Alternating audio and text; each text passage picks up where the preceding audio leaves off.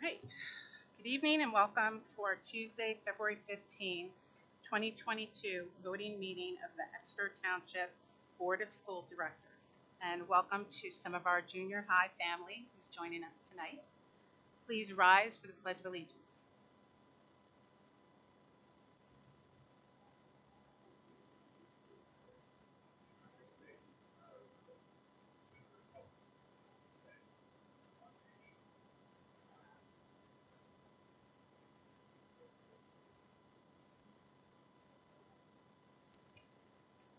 Mr. Fike, can you take roll call, please?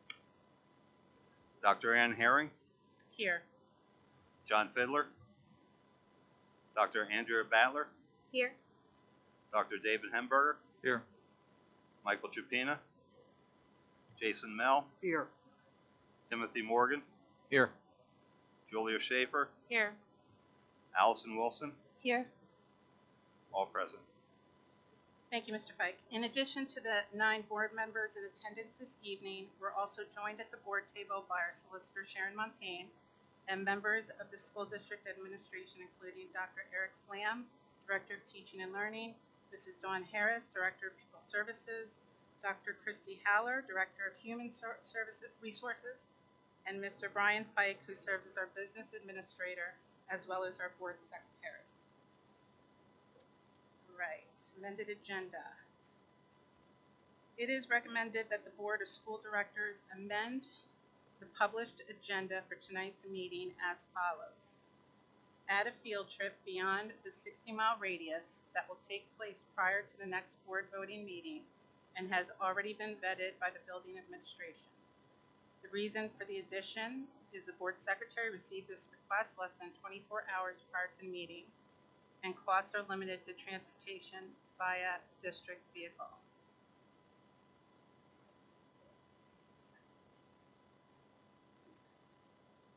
Need a motion. Second. Okay, there's a motion and a second. Any discussion? All in favor say aye. Aye. Opposed? Any abstain?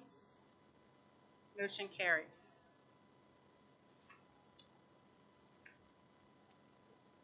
The board held an executive session on the following dates to discuss personnel matters: February 2nd, February 3rd, February 6th, February 7th, and February 8th of 2022.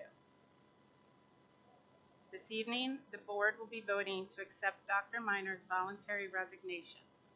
We appreciate the contributions of Dr. Minor in promoting our mission and our vision for the Exeter Township School District. The board and Dr. Minor have mutually agreed that her service to the district will cease as of May 3rd, 2022.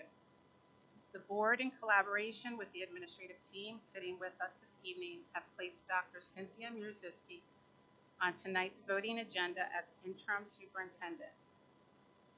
Dr. Murziski, I'm pronouncing it wrong and I apologize to her, is a retired superintendent from the Schuylkill Valley School District and has served as an educational leader in Berks County for 40 years.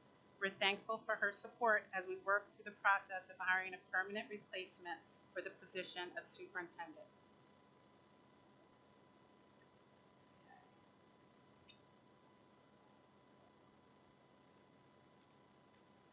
We'll now be moving to public comment relating to tonight's agenda, in which we'll be following board policy number 903 regarding public participation in board meetings.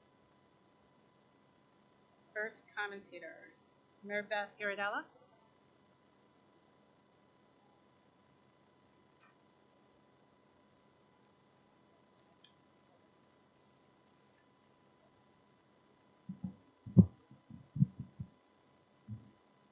My name is Mary Beth Gardella, and my comments tonight are on the agenda and the budget. I just want to be clear on what I'm reading and what you are voting on tonight. First, the taxpayers paid for the superintendent to attend the superintendent's conference in Tennessee this week. Her attendance at this conference will be of no benefit to our school district. In fact, we really just paid her to pass around her resume to all the recruiters who will also be at that conference. There's no discussion on the agenda that she should be reimbursing the taxpayers for her attendance. Yet at the last meeting, it was decided to spend money having the solicitor investigate whether we should shortchange the volunteer firefighters who live in our community and give back far more. Second, the taxpayers are now burdened with paying the superintendent to stay home until May 3rd. Why approve this paid leave? Does her contract include any provisions for paying out her accumulated sick leave and vacation time? If so, then just pay out that amount. If not, then the superintendent can resign effective February 7th. If we must pay her until May 3rd, then why can't we assign her tasks to complete during this time? We have a strategic plan that is due in August that we have not heard any updates on. Where is the strategic plan? Has anyone asked for any updates? Is it being worked on? And when will the public have the opportunity to review? Shouldn't we have a superintendent work all the way up to her last day to finish the plan? And what happens now to our goals? Are we off the 100, 100, 100? Is the rent-a-super going to finish our strategic plan? This should be the focus of the board, the education of the students. Third, I noticed on the agenda that you intend to approve a consent agenda on a contract for an outside contractor to deliver Orton Gillingham instruction to a single student at the rate of $100 an hour, plus mileage and expenses. And my question is why? We spent an ungodly amount of money on Fountas and Pinnell, and we were told this is the top of the line reading instruction. We paid for teachers to be specially trained at the IU on Wilson foundations. We even have reading specialists with very low caseloads to support struggling readers. With all these resources and training, why are we bringing in a contractor to deliver one-on-one Orton and Gillingham instruction? Do we not have the talent internally to do this? And will this become the default strategy for students with whom the multi-tiered system of supports has failed? The previous board helped to usher out one superintendent and hired someone who did not even make it 2 years. On your watch, Exeter has lost another superintendent, one who brought in unrealistic goals and expensive programs. In my previous public comments, I mentioned that you have already lost the trust of many in this community. And while the emperors fiddled with mask mandates and feel-good boutique initiatives, Exeter has suffered. It does not seem that this board or administration has any intent to rein in the uncontrolled spending. Thank you. Thank you, Ms. Gardella. Next is Ted Gardella.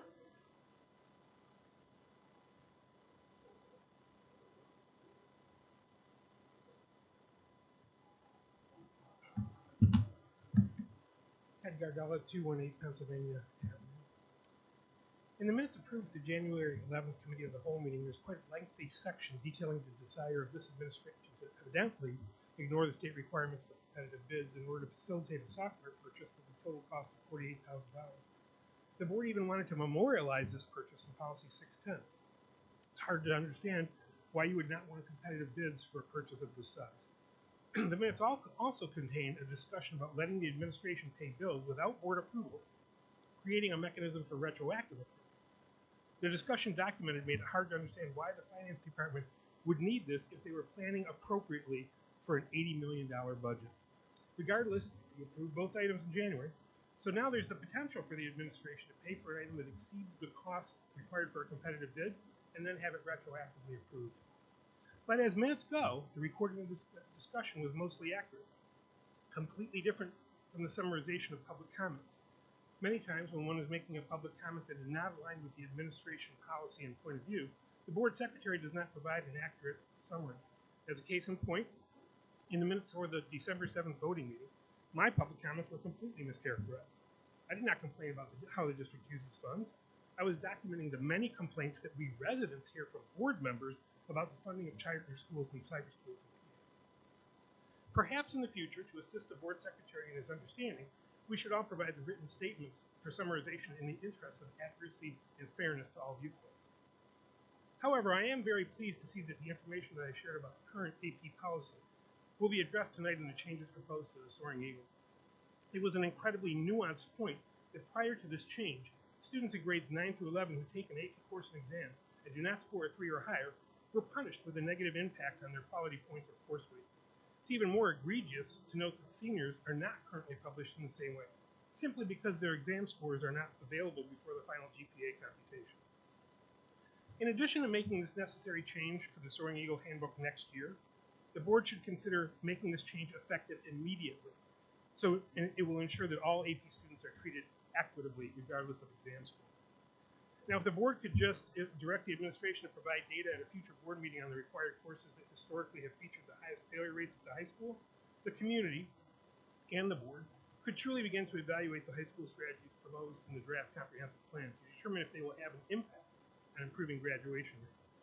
Hopefully, we will not see changes to required credits in order to facilitate a higher graduation rate. Finally, a bit on communication. I know that many parents are pleased with the Parent Square system. However, it seems that almost all district communication that is active is only addressed to parents, not to all community members, people who all pay school taxes to support the district. Passive methods of communication, such as posting on the district website, would not seem to treat all residents equitably. And we all know that equity should be at the heart of all that is done in the district. I'm sure that all residents will be interested in the development of the budget for the upcoming school year, to know if they will again experience an increase in property taxes to continue to support unconstrained growth in the district budget. Your current enrollment and budget represents over $20,000 per student per year, an amazing figure when you consider that it is for all students, including those in kindergarten. Thank you. Excuse me, Mr. Gardella, could you give your statement to the board president, please? Yes, I would be Thank you. happy to read it. Thank you.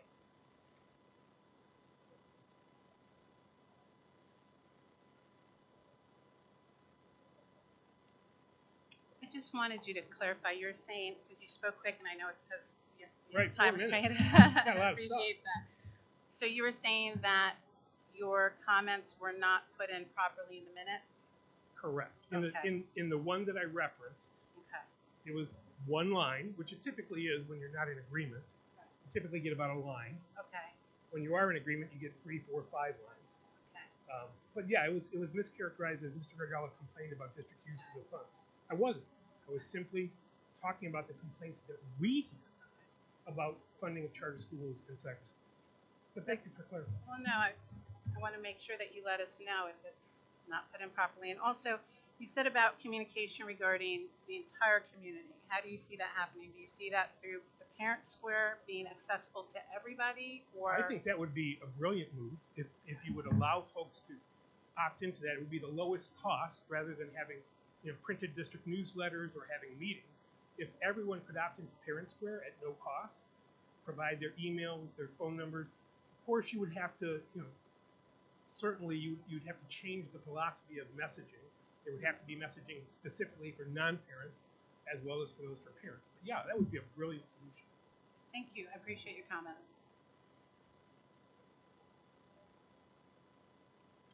Kevin Bowe? I apologize.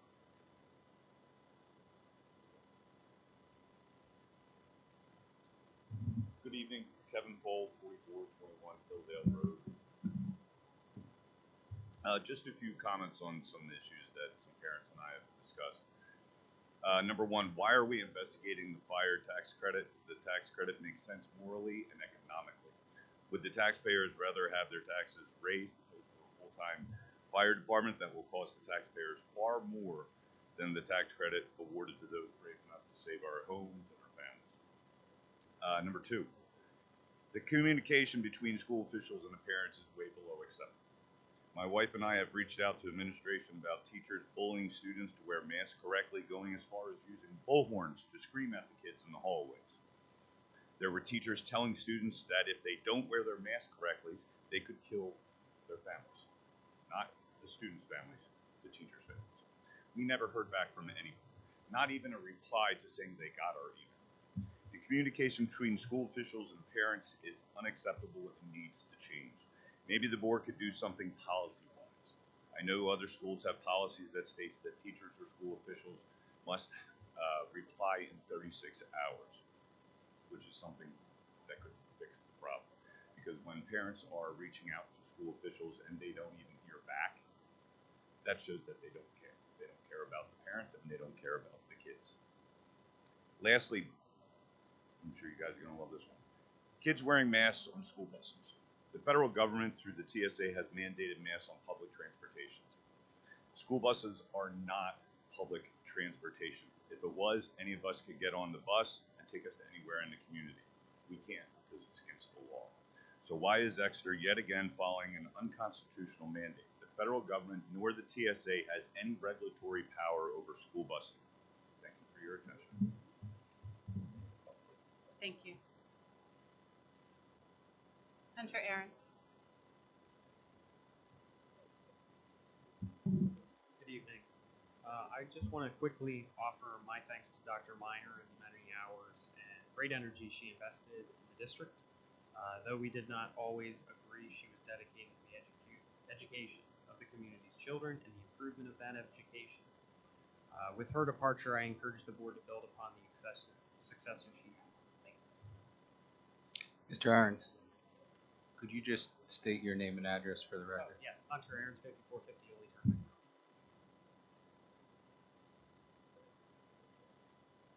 Okay, and that's it for comments.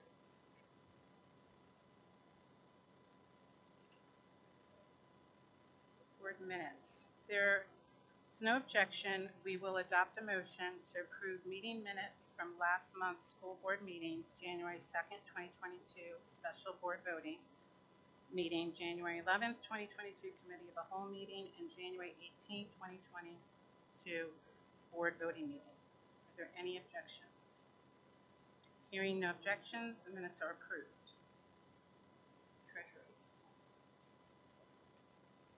If there is no objection, we will adopt a motion to approve the January 2022 Treasurer's Report. Payment request dated January 19th, 2022 through February 15th, 2022. Are there any objections? Hearing no objections, the Treasurer's Report is approved. All right, Education Committee, Mr. Fiddler. Thank you, Dr. Hearing. It is recommended that the Board of School Directors approve the following Education Committee items. There are 4 items for approval. I would like to pull out the 3rd item under the conferences. So we'll vote on just all of the items except that conference. Are you on section C? Just to confirm. Yes.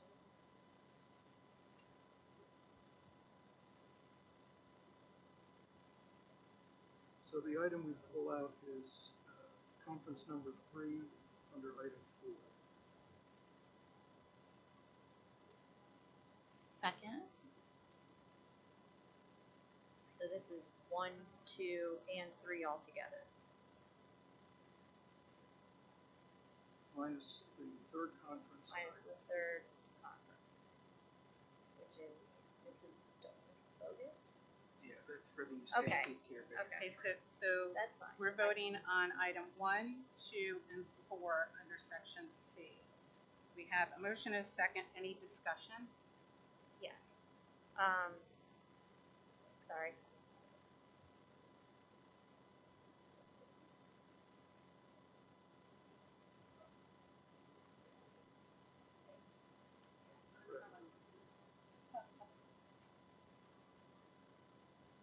Because it was brought up in comments, perhaps we can comment on the can we comment on the Orton Gillingham tutoring services? Let it, can we just, is that okay? Can you comment on why that is necessary? If we searched throughout our buildings and if we needed this. Sure, that's an easy one. We've talked on occasion at the board about specialized instruction and specialized methodology for special education students. So I'll keep it simple. The provision of a Norton Gillingham tutor has nothing to do with the infusion of Fontes and Pinnell Classroom or any literacy initiatives brought in by Dr. Miner. It has everything to do with highly specialized needs of special education students. So regardless of any training or anything like that we're doing in the district, including training for Wilson Reading System, you're always going to have some students who need that next level of instruction. To train most teachers in Norton Gillingham en masse is a costly endeavor for the district, so it actually works out for us to be able to do tutoring as needed with that approach.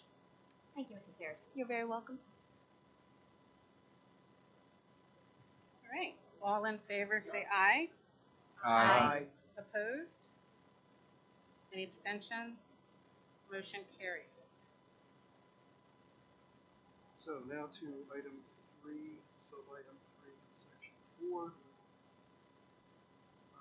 It is recommended the Board of School Directors approve the conference called Safety Care Behavioral Training, purpose for which is to prepare staff to safely prevent and manage dangerous behavior, provided by the Berks County Intermediate Unit at no cost to the district. Second. We have a motion and a second. Any discussion? Yes, so Yes. just for clarification, I asked Mr. Fiddler to pull this out of the agenda because obviously my spouse is named on here for this training. I did confer with the solicitor on the matter, and based on that counsel, I do not need to abstain from this vote because neither myself nor my wife receive any sort of financial benefit based on my approval of this training.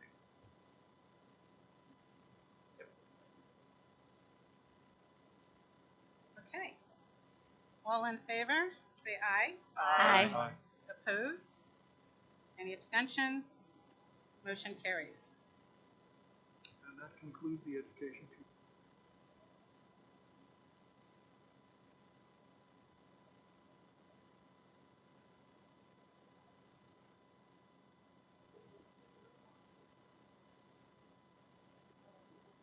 All right, Personnel Committee, Mr. Morgan. Thank you, Dr. Herring. If you could all follow along on your agenda, we're going to be pulling several items out of the consent agenda. We'll be pulling out 1A under administrative staff, all of 2, 3A under administrative staff, 3B under administrative staff,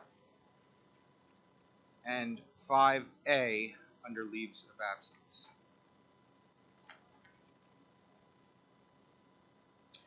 It is recommended that the Board of School Directors approves or ratifies the following personnel items. Number 1A under support staff.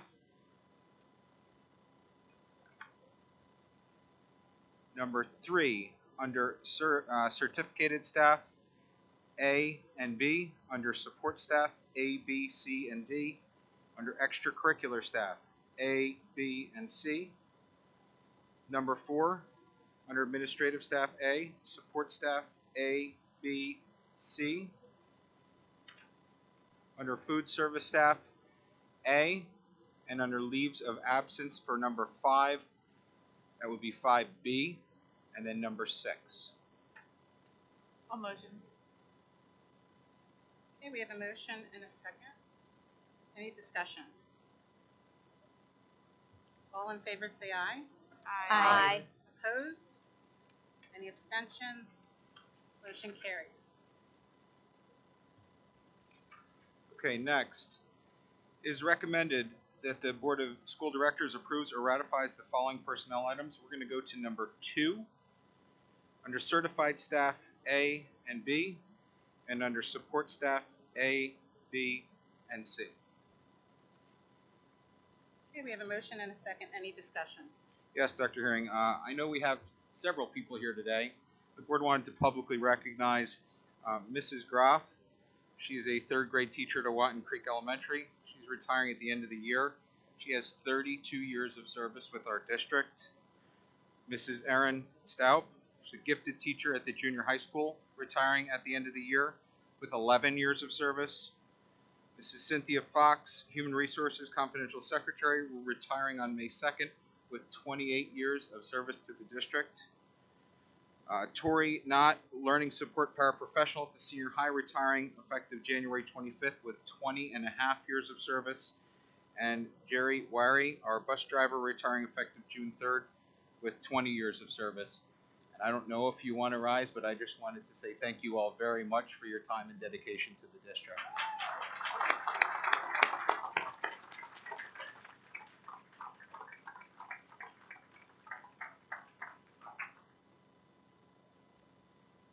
All in favor say aye. Aye. Opposed? Any abstentions? Motion carries. Yes, thank you for your service. Okay, next we are going to move to section 3A under administrative staff. It is recommended that the Board of School Directors approves or ratifies the following personnel items. Under number 3, administrative staff A, Alicia Leonard. There is a title change for this. There was an incorrect in the agenda. The correct title change should be K-12 Student Support Coordinator. The rest of it is correct.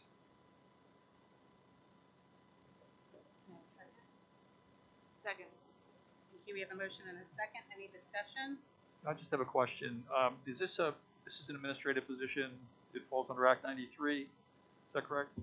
Yes, that's correct. It was the position previous held by Melissa Devlin, which was the supervisor position. We revised the job description and have presented it to the board, and we just recently filled the position with Alicia Lenhart, who's on the agenda this evening. And Alicia Lenhart was formerly employed by Karen Foundation? That's correct. She's employed by Karen. She probably still is.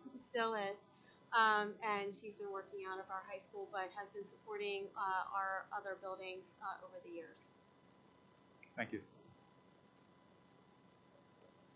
Okay, all in favor say aye. Aye. Opposed? Any abstentions? Motion carries. Next, we are going to move to 1A under administrative staff. 1A.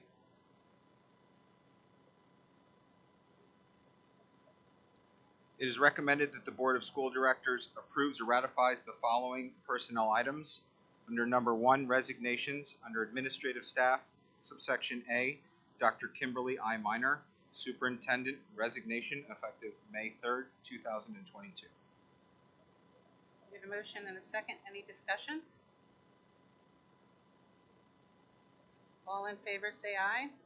Aye. Opposed? Any abstentions? Motion carries. Next, we are going to move to section 5A under leaves of absence. It is recommended that the Board of School Directors approves or ratifies the following personnel items.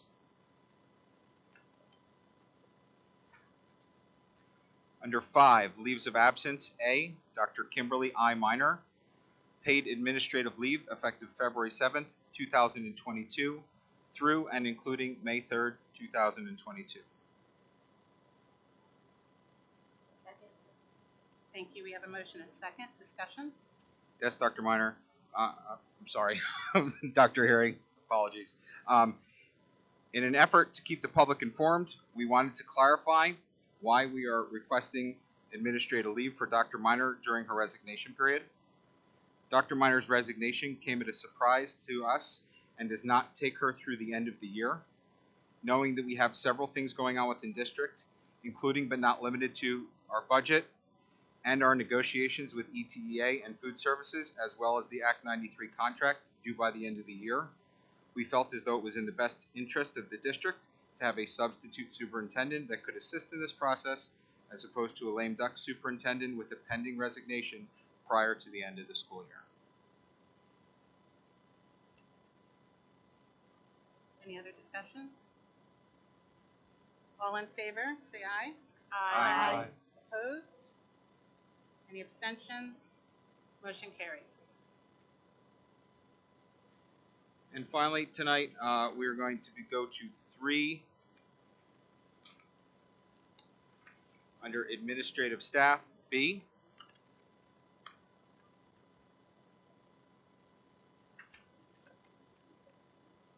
It is recommended that the Board of School Directors approves or ratifies the following personnel items. Under number 3, administrative staff, section B, Dr. Cynthia Merzweski, substitute acting superintendent, effective February 22nd, 2022, through and including June 30th, 2022, in accordance with the agreement with the district and Dr. Merzweski. We have a motion and a second. Any discussion? Yes, Dr. Hearing again. In an effort to keep the public informed, Dr. Merzweski and the Exeter School District, pending today's vote, have agreed to the following terms. 1, a daily per diem rate of $800 per day, 3 days per week. 2, a time commitment of 3 days per week in district. Number 3, Dr. Merzweski will be available for board meetings and will assist the district as we work through a budget and through the contract negotiation process. She has also agreed to be available off-site as necessary during her off days. Okay. All in favor? Just a question regarding availability of offsite. Is there an additional cost with that, or is that factored into the $800? To my knowledge, her contract will be $800 a day for the 3 days per week. So any other involvement outside of that is comped, or not comped, but unbilled, so to speak. That is my understanding. Can we get some clarity on that?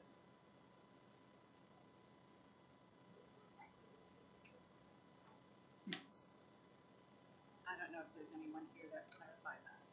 Right. We can double check, but my understanding was basically by the phone and not coming in. It would come. But we will dig deeper into that and clarify it. It did include, however, board meetings and meetings for our different budget and negotiation processes that we were going through. Right, she did say that she would be here at no additional cost to sit in on our board meetings and such. Well, I see that she's online, so could she confirm that? Can you hear me? Oh, hi. Yeah, so sure, availability by phone. I said, of course, I would not. First of all, hello everybody.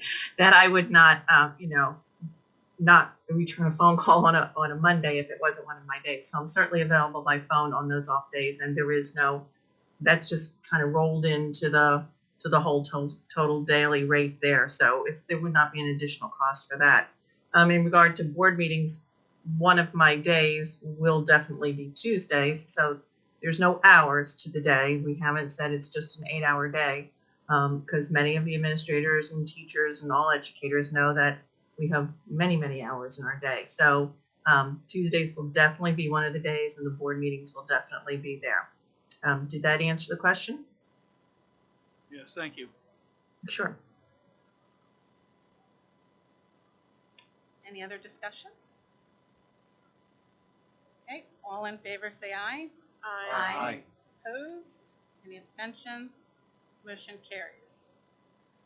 The Board of School Directors is pleased to welcome Dr. Merzweski to the Exeter Township School District and is confident that her exemplary and proven leadership will allow the district to have a secure and seamless transition as we search for a new superintendent.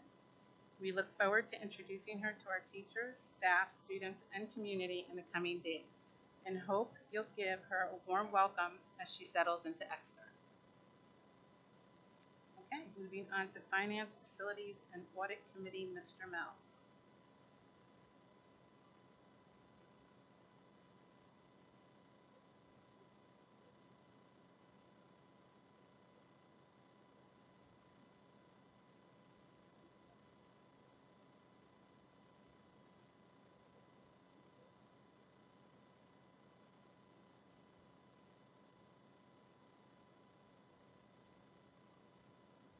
Second. We have a motion and a second. Any discussion?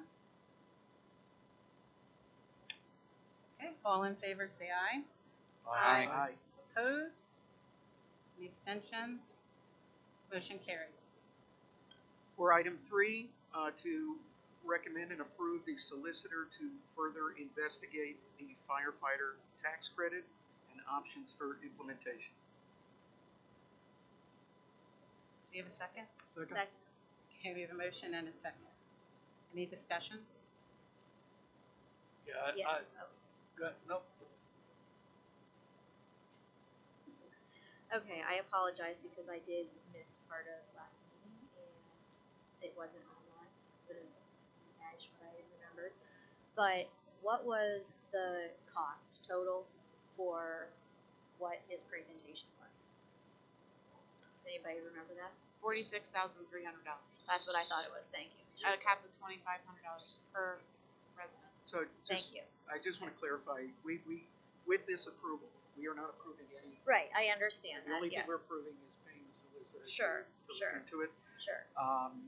But But- the recommendation that came from Mr. Jordan was paying a tax abatement of 50%. That's, okay, thank you. Which is around $540,000.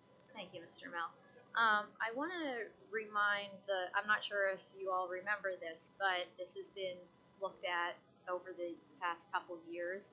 And before we would have the solicitor look into this, it's something that we should note that I'm assuming that the solicitor is only going to be looking into the uniformity clause, because that is the only thing from my research and from what the emails that we've gotten from any solicitor in the past or from Pennsylvania State Board Association, they are only concerned about the uniformity clause. So is that the only thing that she'll be looking into? And does she know how much that's how many hours that may run?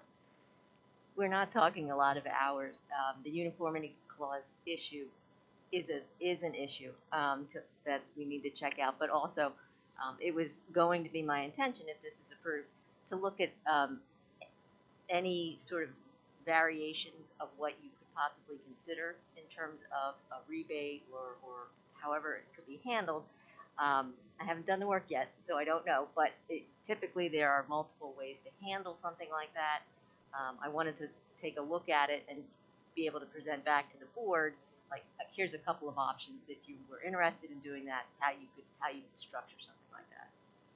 Okay, thank you very much. And I do want to, there is no other school district in this area or anywhere else in Pennsylvania that has this except the two that you sent us. Two that are out in Altoona and. Correct. Okay. There are 2 school districts. Each of them are giving a $200 tax payment. That's what I did see. Okay. So this is quite a bit more than something that has been done so far. To my knowledge. And can you tell me, I did also read, as part of the law that allows this, Article 8, subsection 2B2, that, right, part of Act 91, that we would have to work in conjunction with the township, as they already have something in place. And so my understanding is they are separate entities that can each do this. So the township is already offering a 50% tax abatement. Right, and I understand that, but I do realize that this is something that we would have to work with the township if they're offering 50%, and what basis we would have to go off of this on, based on Act 93. That's something I realize that might not be something that you know, but I am assuming we are going to have to work closely with the township on this, which we have not seemed to be able to do in the past. Again, my understanding is that we are a separate tax entity, so I am not aware of anything that we would have to cooperate with the township on. The base of their, like, the tax base. Or like if we were giving them a rebate based on such and such, and the township is giving a rebate of 50% based on their tax base, we would have to decide whose comes first. Or the point is, we would have to work with. We would have to work in some capacity with the township, would we not? Mr. Mel, I don't think there's any reason to have to it's a separate, as Mr. Mel said, it's a separate entity, it's a separate tax. And this it applies strictly to the sales tax and property tax, the property tax, Property value, and not to the, it doesn't have anything to do with any kind of corresponding tax that might be. And I'm sure, Mrs. Montaigne, if we would approve to investigate this, that would probably get flushed out if there is something like that, but. Yes.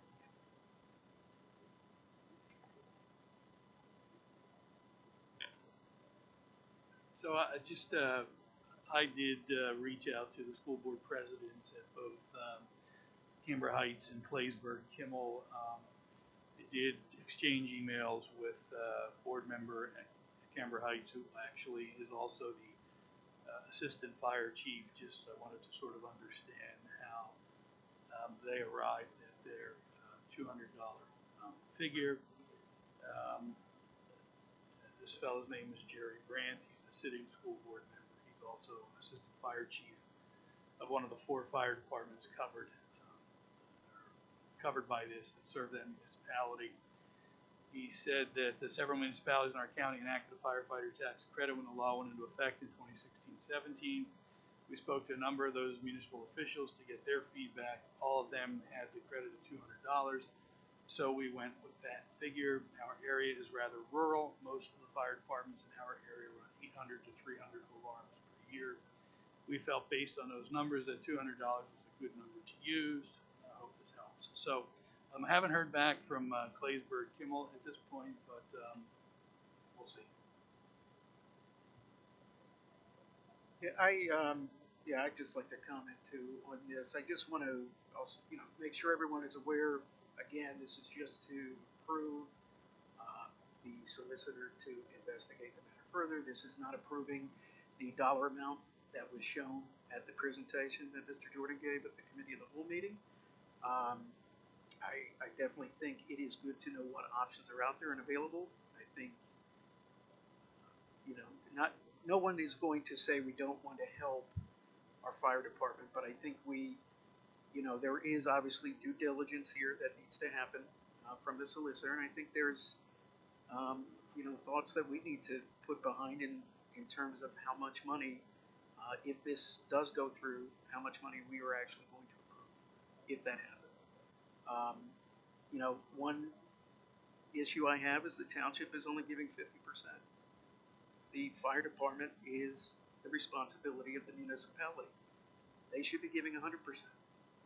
If this is truly an issue that we need to incentivize people to volunteer for the fire department. The other issue I have is that we always have to think of what things are going to have to cut in order to make up the money. Not just with this, but with anything we approve for costs. So again, I do think we need to move forward, in my personal opinion. But in terms of the amount that we are going to be able to do, I think that's going to be subject to what we see in the upcoming budget, probably. Thank you. Do we have an estimation on how much it's going to cost to have the solicitor look into this? Yeah, and Mrs. Montaigne, you said it was not a lot of time. No, a couple of hours. I don't know where coming up with the options and shaping them will take us, but 8 hours tops, probably a lot less than that. Yeah. Yeah.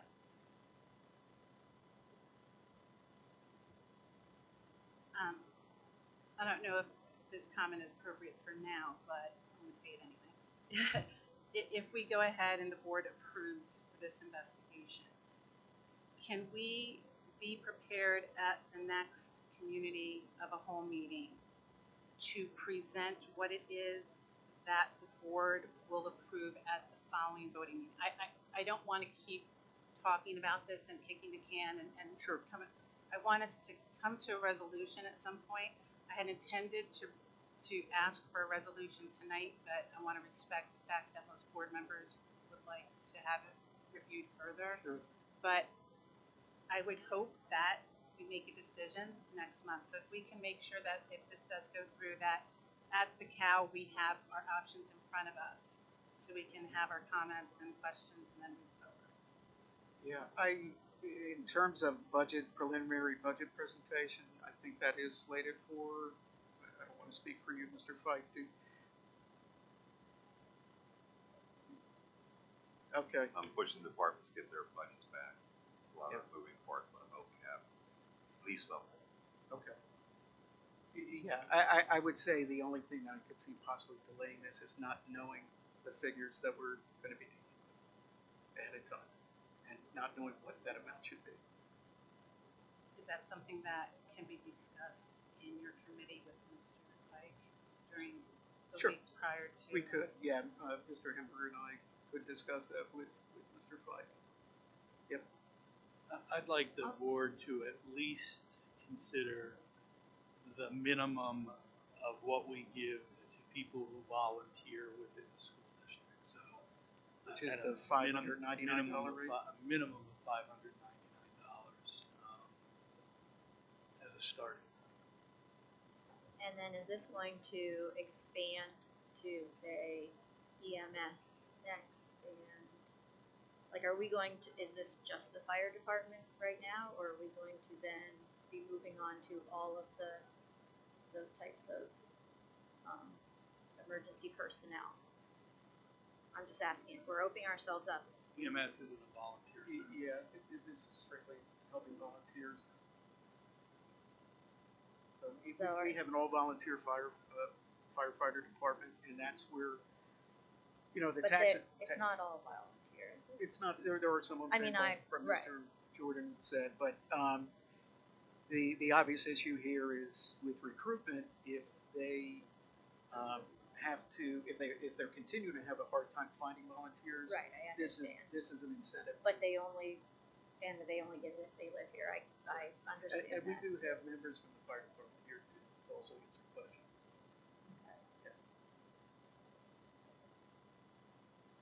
Okay, if no further discussion, all in favor say aye. Aye. Aye. Opposed? No. No. No. Do we need roll call for that?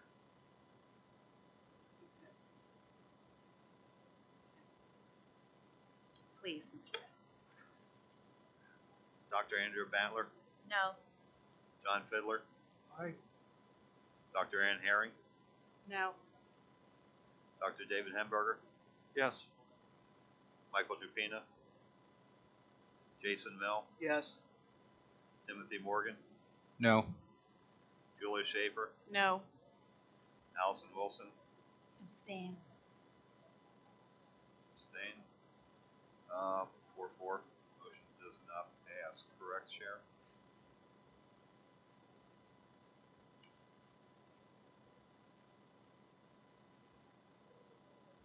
So motion does not carry. Correct. Is no majority. Okay.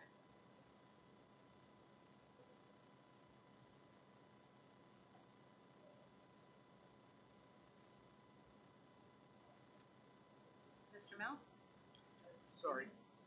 My screen fell asleep on me, so I'm just trying to get back in here. And then moving on to item 8. The reason I pulled this out was because this was not discussed during our committee of the whole meeting, and I just wanted to bring the board up to speed on what exactly this is. I did have a discussion with Joe A. Regarding that. So just to formally introduce the motion, it was recommended that we approve the E-rate PPM mini bids for the 2022 E-rate funding year, starting 7/1/2022 to the following vendors, and that was for Wally Computer Associates. Is there a second? Okay, we have a motion and a second. Any discussion? So my discussion with Mr. Way, who is here for questions obviously as well, those that are not familiar with the PEPPM, it is a Pennsylvania-based cooperative that brings bid protection to millions of tech products. So we actually go out and bid on these items. The item in question is a new firewall. Mr. Way has indicated that the current firewall is reaching the end of life of support, and So the district is then through the E-rate, federal E-rate program, the district is paying half of the amount that is listed here, half of the $44,861.92. The other half is paid for through the E-rate program, which is subsidies through the federal government for internet access and telecommunications services to schools and libraries. So if you do look at the attached document, there were 3 bids. This is the lowest of the 3. Is there any other questions that we do have on this item?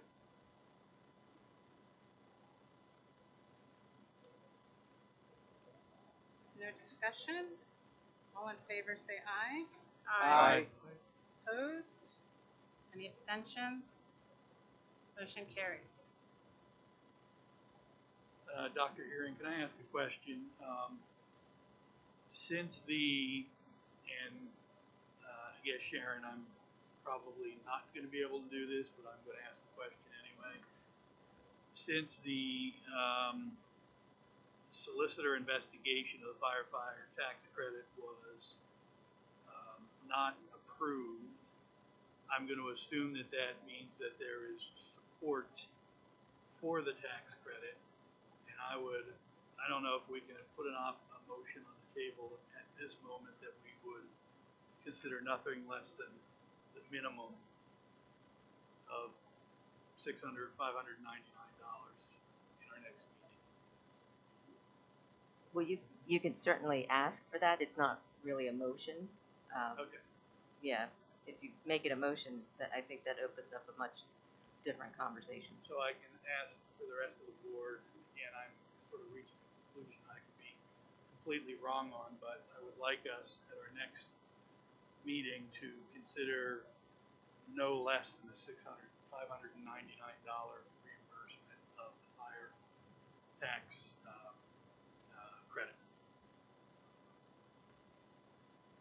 I would think, Mr. Chapina, that if we have a committee of the whole, in a couple of weeks, we could have a discussion. I think the Finance Committee could probably put together a proposal based upon, that sort of general recommendation and have something prepared for the next voting meeting. But allow for more conversation, more time in committee of the whole, and, allow I think the Finance Committee to be able to kind of think through the recommendation and make sure that we're comfortable making that recommendation forward. Can, Mr. Pina, when you say minimum that we have 599, it's actually a maximum, because anything over that 600 above has to be reported for taxes. Yeah, no, I think what I'm saying is that I hear what you're saying. That's a minimum and maximum, I believe is right. Was that? That's the minimum and maximum you're suggesting is that dollar amount? No. I'm suggesting that whatever we do, it not be less than $599. Whether that is under that whatever we end up coming up with. If we're going to have a discussion in the committee of the whole, last week last time I had doing nothing to doing full 100%. Could it be possible if we could assess all of the those options as part of that discussion? But again, what I'm saying is my floor as a starting point would be 600. That's what I'm recommending. Can you clarify, Brian? This wouldn't begin until when anyway? You already had, if it's a tax refund or abatement, you've already done the tax resolution for this year, so it would have to be for next year's taxes, which is July 1st, 2022. Your budget is passed on the tax resolution for this year. You've already passed the date that you can amend the budget, which is 3 months afterwards, and it's up to 6 months if you pass that date. Okay, thank you. Right, that's everything, Mr. Knopf? That is everything from the Finance Committee, yes. Thank you very much.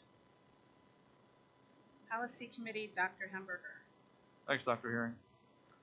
It's recommended that the Board of School Directors approve Policy 805 as listed on the agenda. This is a revision to an existing policy, and this is first reading.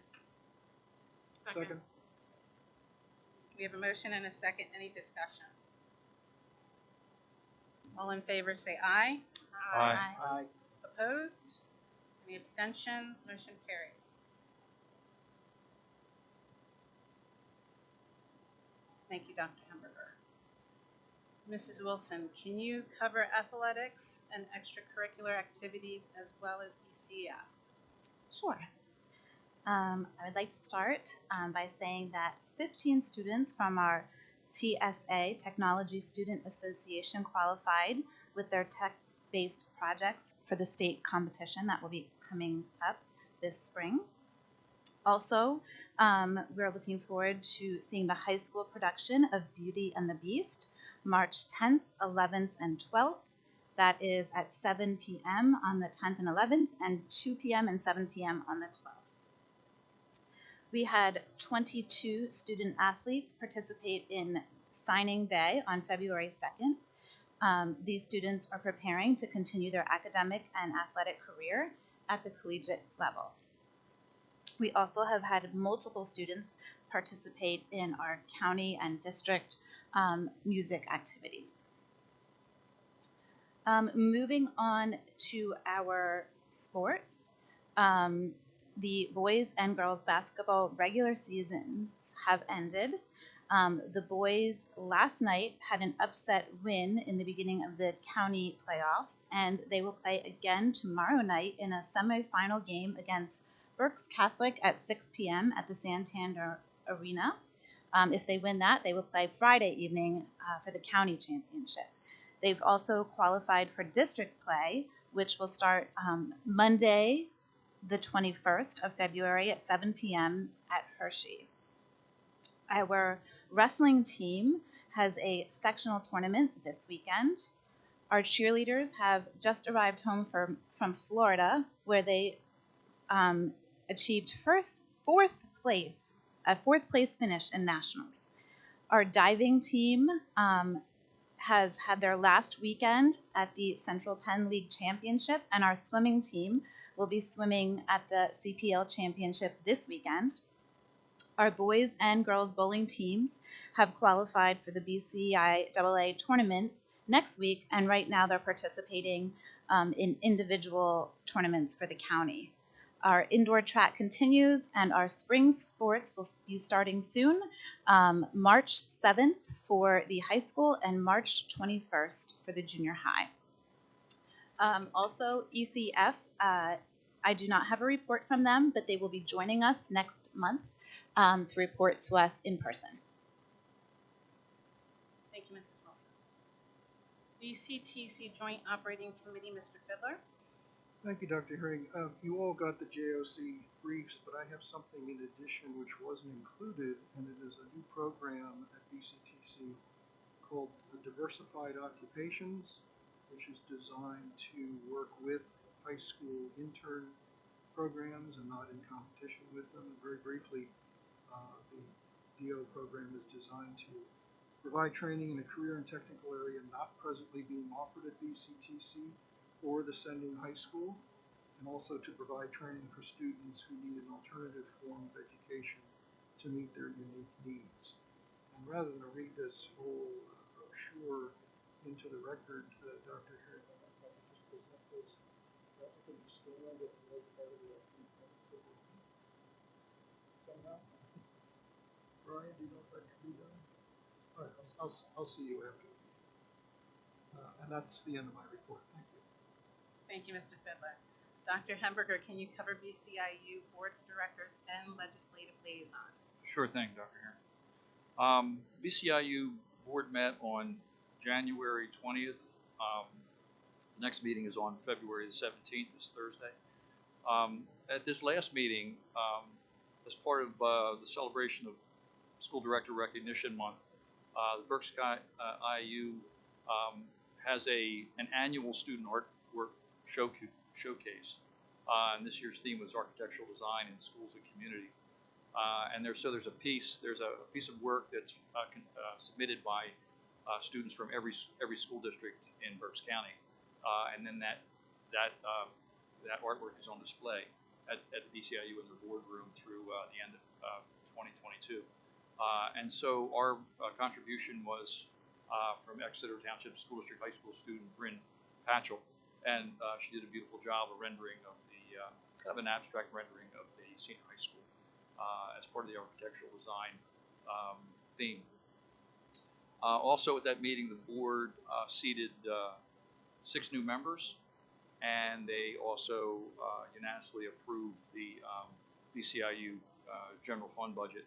As part of that budget, though, there's a mandated services portion of that budget that school districts are required to approve, and we should be getting that sometime, I would say, within the next month or so. It has to be approved by mid-April and submitted to the IU. So I'm assuming, Brian, that they're going to be contacting us if they haven't already and submitting that. We already have it. I have it with special ed to make sure we have the correct services. So it should be ready for the next board meeting. In March, yes. Yeah, good. And in terms of anything legislative, I did send to the board, in addition to the summary of the board meeting and the BCI news link, I did send the board a legislative update from that meeting of January 20th. So that's all for my report. Thanks, Dr. Herring. Thank you, Dr. Hemberger. Township Liaison, Mr. Mel. Yes, the only thing I'll report is the Exeter Township Board of Supervisors did vote last night to approve their amended 2022 budget, which is a real estate tax increase from 2.145 to 2.395 mils. That's really it for my end. Thank you, Mr. Mel. Next is public comments. We have no one listed here, but would anybody like to be heard from the public at this time? No? Okay. Would anyone on the board like to be heard? Okay. There will be an executive session following this meeting to discuss a personnel matter. And hearing no objections, we will adjourn. Thank you.